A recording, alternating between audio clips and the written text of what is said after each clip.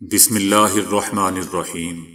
السلام علیکم دوستو، دنیا بھر کی خبروں میں آج آپ سنیں گے، لیکن اس سے پہلے اگر ہو سکے تو لائک اور سبسکرائب کا بٹن ضرور دبا لیں، شکریہ۔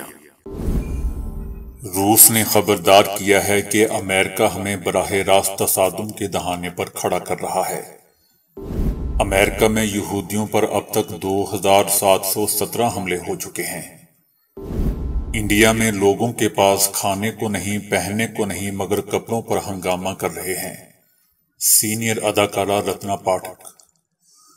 وزیر اعلیٰ پنجاب پرویز الہی کو گورنر کے اعتماد کا ووٹ لینے کی ہدایت۔ شمالی کوریا نے دفاعی بجٹ میں اضافے پر جاپان کو کارروائی کی دھمکی دے دی۔ بنوں کی صورتحال کا جائزہ لیا ہے، پاکستان کی مدد کو تیار ہیں۔ امریکہ۔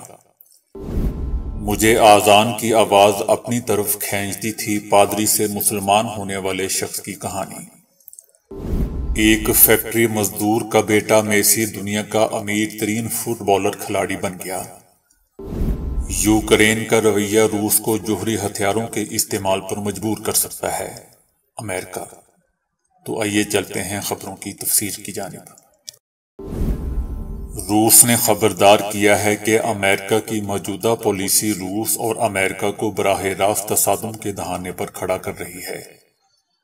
روس نے امریکہ سے مطالبہ کیا ہے کہ وہ کشیدگی کی پالیسی ترک کر دے۔ افغانستان میں امریکی ناکامی کے بعد امریکہ ایک نئے تنازع میں مزید الجھتا جا رہا ہے۔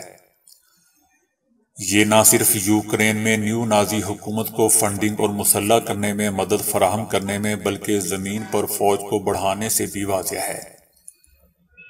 یہ ایک خطرناک معاملہ اور دور اندیشی سے عاری پالیسی ہے۔ یہ امریکہ اور روس کو براہ راست تصادم کے دہانے پر کھڑا کر رہا ہے۔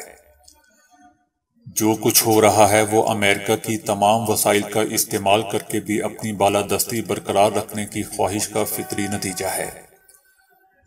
نئی جغرافیائی سیاسی حقیقتوں کو نظر انداز کرنے کے ساتھ امریکہ کا غرور بھی اسے سلامتی کی یقین دہانی کے لیے روس سے سنجیدہ بات چیت کرنے میں عدم دلچسپی کی طرف لے جا رہا ہے۔ امریکہ کو روس کی آواز کو بھی ضرور سننا چاہیے۔ یاد رہے دوستوں کہ استنبول میں امریکہ اور روس کے درمیان سفارتی نمائندوں کی سطح پر ایک میٹنگ ہوئی، جس میں دونوں ممالک کے درمیان ویزا کے مسائل، سفارتکاروں کے تبادلے اور دونوں ممالک کے سفارتی مشنز کے کام پر بات چیت کی گئی تھی۔ دونوں ممالک نے سعودی اماراتی ثالثی کے تحت قیدیوں کا تبادلہ بھی کیا تھا۔ روس نے مشہور باسکٹ بال کھلاڑی برٹنی کو امریکہ کی جانب سے تاجر وکٹر بوٹ کی رہائی کے بدلے رہا کیا تھا۔ امریکی صدر جو بائیڈن نے کہا ہے کہ امریکہ میں یہود مخالفت پر خاموش نہیں رہیں گے۔ انہوں نے اس امر کا اظہار وائٹ ہاؤس میں اس وقت کیا جب وہ یہودیوں کے تہوار کے سلسلے میں ایک استقبالیہ تقریب کی میزبانی کر رہے تھے۔ انہوں نے اپنے یہودی مہمانوں سے بات کرتے ہوئے کہا کہ مجھے آپ کے خوف، زخموں اور پریشانیوں کا اندازہ ہے کہ امریکہ میں یہود مخالف زہر بہت عام ہوتا جا رہا ہے۔ امریکی صدر جب یہ بات کہہ رہے تھے تو وہ روایتی یہودی شمع دان کے ساتھ کھڑے تھے۔ جو بائیڈن نے کہا کہ ہمیں یہود مخالف سرگرمیوں پہ کبھی خاموش نہیں رہنا ہے، کیونکہ خاموشی بھی شریک جرم ہونے کا دوسرا نام ہے۔ اس لیے میں کبھی خاموش نہیں رہوں گا، امریکہ کبھی خاموش نہیں رہے گا۔ دوستو، امریکہ میں اب تک 2717 یہود مخالف واقعات یا حملے ہو چکے ہیں۔ یہ واقعات 34% اضافے کا پتہ دیتے ہیں۔ امریکہ میں یہود مخالفت وقت کے ساتھ ساتھ بڑھتا جا رہا ہے اور اس وجہ سے 39% امریکیوں نے اپنا رویہ تبدیل کر لیا ہے۔ یہودیوں نے اپنی سرگرمیوں میں کمی کر لی ہے اور اپنے یہودی ہونے کو چھپانا شروع کر دیا ہے تاکہ یہود مخالف سرگرمیوں کا نشانہ بننے سے بچ رہیں۔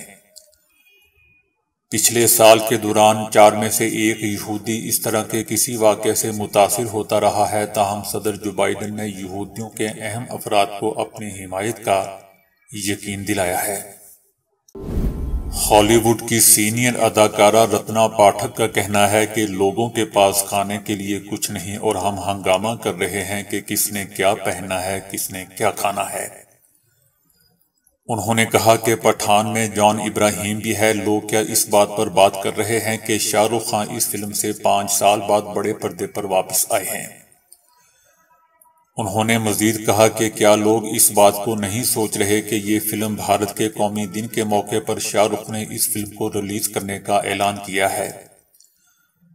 رتنا پاٹھک نے مزید کہا کہ کچھ سیاسی تنظیمیں انتہا پسند گروہ شاہ رخ خان کی وجہ سے فلم کا بائیکاٹ کرنے کا مطالبہ کر رہے ہیں، یہ بے وقوفی ہے۔ ایسے لوگوں کے مطالبات کو اہم نہیں سمجھنا چاہیے کہ کس نے کیا پہنا کیا نہیں۔ اداکارہ نے کہا کہ بھارت میں اس کے علاوہ بھی بہت سے مسائل ہیں، تو لوگ اس بارے میں بات کیوں نہیں کر رہے؟ پیپلز پارٹی اور مسلم لیگ نون کے ارکان نے پنجاب اسمبلی میں وزیر اعلیٰ چودھری پرویز الہی کے خلاف تحریک عدم اعتماد جمع کرا دی ہے۔ پنجاب میں حزب اختلاف کی دونوں جماعتیں تحریک عدم اعتماد لانے کا فیصلہ کیا ہے۔ پیپلز پارٹی اور مسلم لیگ نون کے ارکان صوبائی اسمبلی کے نزدیک وزیر اعلیٰ پرویز الہی آئین کے مطابق ایوان کی قیادت کرنے کی صلاحیت کھو بیٹھے ہیں اور انہیں اسمبلی کی اکثریت کا اعتماد حاصل نہیں رہا ہے۔ پرویز الہی نے جمہوری روایات کا قتل عام کیا ہے اور اس طرح وہ ایوان کے ارکان کی اکثریت کا اعتماد کھو چکے ہیں۔ کیا بات ہے دوستو کہ زرداری اینڈ کمپنی یہ بات کر رہی ہے۔ بہرحال مسلم لیگ نون کے رہنما خواجہ عمران نذیر نے کہا ہے کہ 150 کے قریب ارکان کے دستخط موجود ہیں اور لاہور سے باہر سے مزید خریدے جا رہے ہیں۔ ہم نے آئینی ماہرین کی مشاورت کے بعد آئینی اور قانونی کارروائی کی ہے اور ہم مکمل طور پر پراعتماد ہیں۔ رانا ثناء اللہ کا کہنا تھا کہ اگر کوئی وزیر اعلیٰ اسمبلی تحلیل کرنا چاہتا ہے تو اس کے لیے اس کو اسمبلی کا اعتماد حاصل کرنا ضروری ہے۔ انہوں نے کہا کہ یہی وجہ ہے کہ آج گورنر پنجاب نے وزیر اعلیٰ پنجاب کو اسمبلی تحلیل کرنے سے پہلے اعتماد کا ووٹ لینے کا مشورہ بھیجا ہے اور پھر تحریک عدم اعتماد پیش کی گئی ہے۔ وزیر اعلیٰ عدم اعتماد کا ووٹ لیے بغیر اسمبلی تحلیل نہیں کر سکتے۔ شمالی کوریا نے جاپان کا دفاعی بجٹ $320 ملین تک کرنے اور نئی سیکیورٹی حکمت عملی کو غلط اور خطرناک قرار دیتے ہوئے جواباً کارروائی کی دھمکی دے دی ہے۔ جاپان کے وزیر اعظم نے ایک پریس کانفرنس میں نئی دفاعی پالیسی کا اعلان کیا تھا جس کے تحت دفاعی بجٹ میں اضافے اور ہتھیاروں سمیت کئی فوج کی تیاری کے لیے $320 بلین کی 5 سالہ منصوبہ بندی کی گئی تھی۔ جاپان کے وزیر اعظم نے کہا تھا کہ فوجی بجٹ میں اضافے اور جدید عسکری تیاریوں کا مقصد چائنا، روس اور شمالی کوریا سے لاحق خطرات کا جواب دینا ہے، جو قومی سلامتی کے لیے بے حد ضروری ہے۔ اگر جاپان اپنے 5 سالہ دفاعی منصوبے پر عمل درآمد کر لیتا ہے تو چائنا اور امریکہ کے بعد فوج پر سب سے زیادہ خرچ کرنے والا تیسرا بڑا ملک بن جائے گا۔ شمالی کوریا نے جاپان کے دفاعی منصوبے کو اشتعال انگیزی پر مبنی قرار دیتے ہوئے سخت الفاظ میں مذمت کی اور جاپان کے خلاف کارروائی کی دھمکی دے دی۔ شمالی کوریا نے امریکہ پر بھی کڑی تنقید کی اور جاپان کے دفاعی منصوبے کی جڑ امریکہ کو قرار دیتے ہوئے مزید کہا کہ خطہ طاقت کے توازن میں بگاڑ کا امریکی منصوبہ ناکام بنا دے گا۔ امریکہ کا کہنا ہے کہ بنوں میں تخریب کاروں کے حملے کی صورتحال پر نظر رکھے ہوئے ہیں۔ پاکستان امریکہ کا شراکت دار ہے اور اسے افغانستان کے اندر اور پاک افغان سرحد پر تخریب کار گروپوں سمیت متعدد چیلنجز کا سامنا ہے۔ یہ دونوں ممالک کے مشترکہ چیلنج ہے جن سے نمٹنے کے لیے پاکستان کی مدد کریں گے۔ بنوں میں تخریب کاروں کے حملے اور لوگوں کو یرغمال بنانے کی صورتحال پر نظر رکھے ہوئے ہیں۔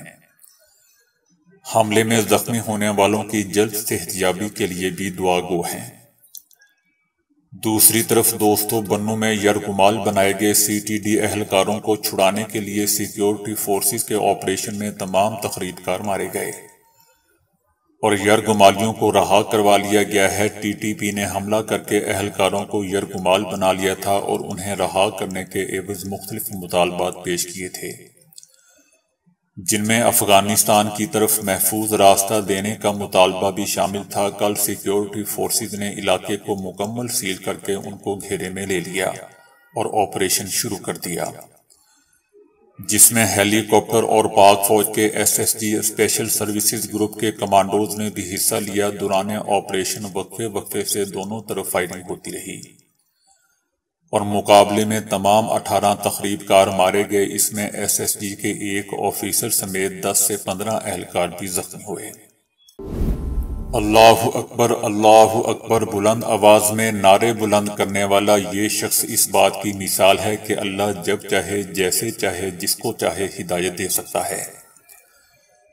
اس شخص کا تعلق روس سے ہے۔ یہ پیدائشی لحاظ سے عیسائی تھے، لیکن پھر اچانک ان کی زندگی میں ایسا حیرت انگیز واقعہ پیش آیا جس سے وہ مسلمان ہو گئے، اور اس وقت خانہ کعبہ کی جانب پیدل ہی رواں دواں ہیں۔ 48 سالہ اس شخص کو بچپن سے ہی مذہب سے گہرا لگاؤ تھا، جس کی وجہ سے وہ گزشتہ 15 سالوں سے پادری کے فرائض انجام دے رہے تھے۔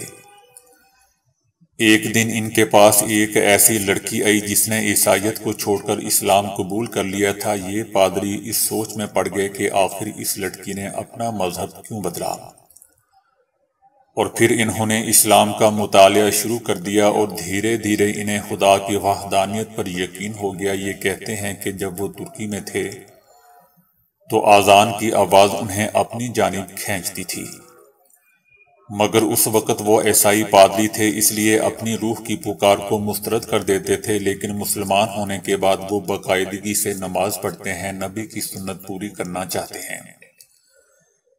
ان کا نام اب سید محمد القاسم ہے اور وہ پیدل ہی خانہ کعبہ کی جانب جا رہے ہیں۔ ان کا ماننا ہے کہ پیدل اللہ کے گھر جانا نبی کریم صلی اللہ علیہ وآلہ وسلم کی سنت ہے، جسے اپنانے کی سعادت وہ حاصل کرنا چاہتے ہیں۔ سوشل میڈیا پر عیسائی پادری سے سچا مسلمان بننے کی سید محمد کی کہانی اس وقت تیزی سے وائرل ہو رہی ہے اور لوگ ان کے جذبے کو سراہ رہے ہیں۔ ورلڈ کپ قطر 2022 میں ورلڈ کپ کا ٹائٹل حاصل کرنے کے بعد تقریباً 20 سال تک جاری رہنے والے اپنے سفر میں میسی نے تقریباً تمام ممکنہ ٹائٹل حاصل کر لیے اور کئی ایسے ریکارڈز بھی توڑ ڈالے جن کا حصول اگلے کئی سالوں تک مشکل ہو گیا ہے۔ وہ 100 بین الاقوامی میچ جیتنے والے کھلاڑیوں کی فہرست میں شامل ہو گئے۔ انہوں نے 90 بین الاقوامی گول کر لیے ہیں، جس کے بعد وہ سب سے زیادہ گول کرنے والے کھلاڑیوں میں تیسرے نمبر پر آگئے ہیں۔ میسی نے بہترین کھلاڑی کے طور پر 7 مرتبہ گولڈن بال کا ایوارڈ بھی جیتا ہے۔ یہ فٹ بال کی تاریخ میں کسی کی جانب سے حاصل کی گئی سب سے بڑی تعداد ہے۔ میسی سب سے زیادہ معاوضہ لینے والے کھلاڑیوں کی فہرست میں بھی پہلے نمبر پر ہیں۔ ان کی سالانہ آمدنی $130 ملین ہے۔ میسی کی دولت 620 ملین امریکی ڈالر سے زیادہ ہے، جس کی وجہ سے وہ دنیا کے امیر ترین فٹ بال کھلاڑی بن جاتے ہیں۔ اگرچہ 2021 میں بارسلونا چھوڑنے کے بعد میسی کی اجرت میں تقریباً $22 ملین کی کمی واقع ہوئی تھی، تاہم وہ جو کچھ کماتے ہیں وہ اشتہارات اور دیگر ذرائع سے بڑھ جاتا ہے۔ میسی 24 جون 1987 کو ارجنٹائن میں جارج میسی نامی ایک فیکٹری ورکر کے ہاں پیدا ہوئے تھے۔ ان کے 2 بھائی ہیں، ان کی ماریا سیبل نامی ایک بہن بھی ہے۔ 30 سال کی عمر میں میسی نے شادی کی، اس سے ان کے 2 بیٹے اور ایک بیٹی ہے۔ یوکرین نے تازہ اعلان کیا ہے کہ کریمیا واپس لینے کے لیے روس سے جنگ کریں گے۔ روس اور یوکرین کے درمیان جاری جنگ میں مزید شدت آنے اور جنگ طویل ہونے کا خدشہ بڑھ گیا ہے۔ یوکرین کے صدر نے کہا ہے کہ کریمیا کو بزور طاقت واپس لیں گے۔ انہوں نے کہا کہ وہ کریمیا واپس لینے کے بعد اگلے سال اس کا دورہ بھی کریں گے۔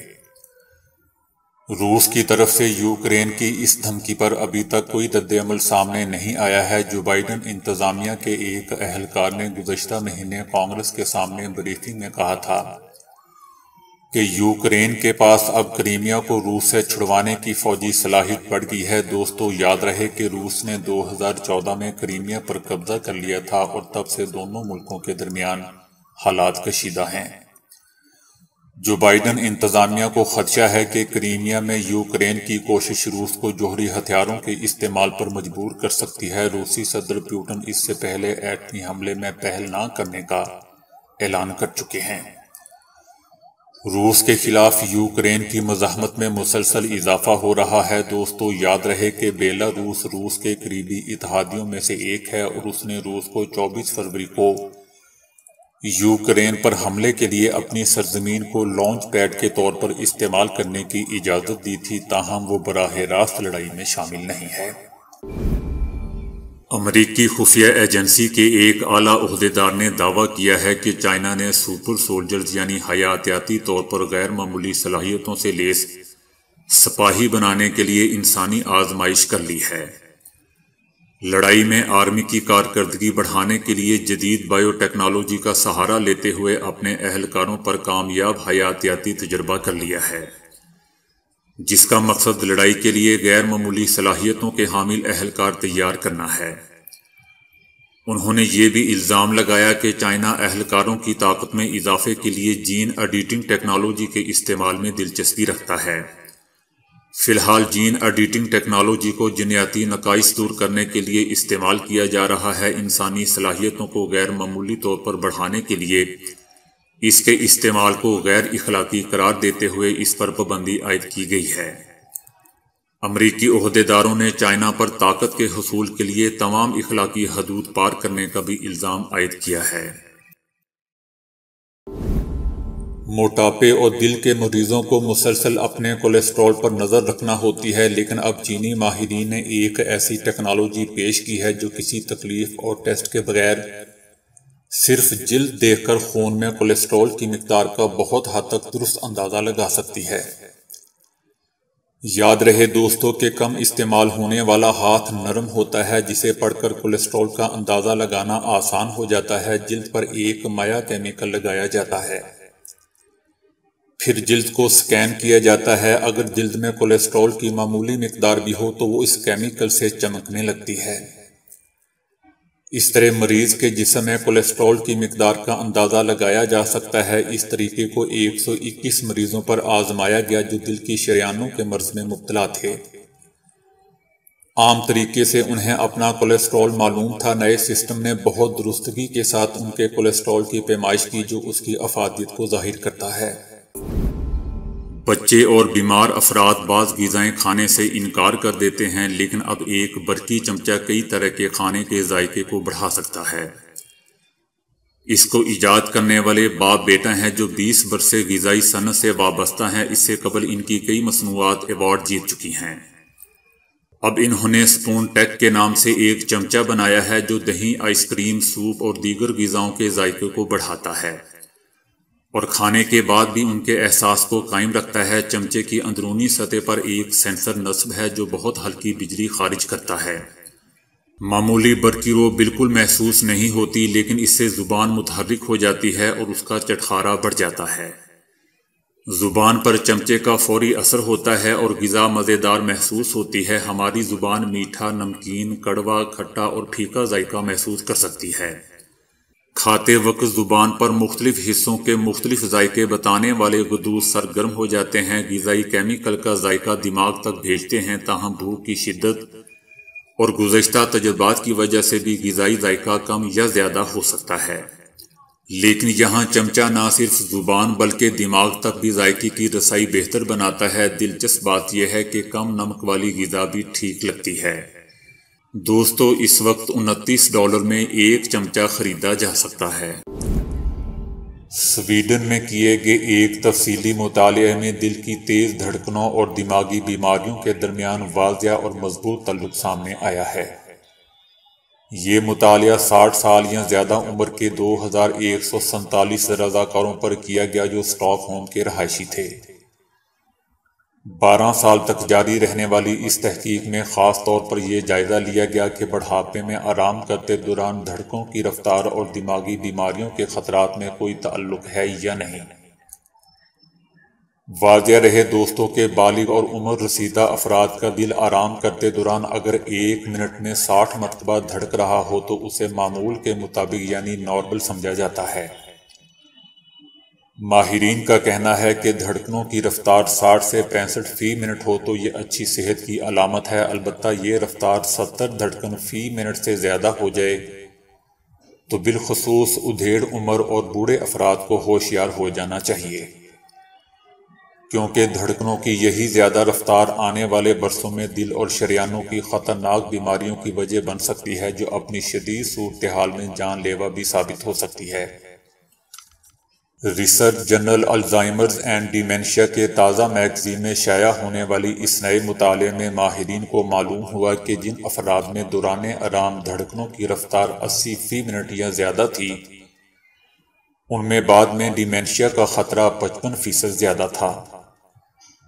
بتاتا چلوں دوستوں کہ ڈیمینشیا کوئی ایک دماغی بیماری نہیں ہے، بلکہ دماغ کو نقصان پہنچانے والی مختلف علامات کا مجموعی نام ہے، جن میں یادداشت، توجہ، ابلاغ، کمیونیکیشن کی صلاحیتیں کم ہو جانے کے علاوہ تجزیے، فیصلہ سازی اور مسائل حل کرنے میں مشکلات کا بڑھ جانا وغیرہ شامل ہے۔ ڈیمینشیا کی سب سے عام قسم الزائمر کی بیماری ہے، جو 65 سال یا زیادہ عمر کے افراد کو لاحق ہو سکتی ہے۔ تو دوستو ابھی کے لیے اتنا ہی۔ ویڈیو کو لائک اور شیئر کرنے کا بہت بہت شکریہ۔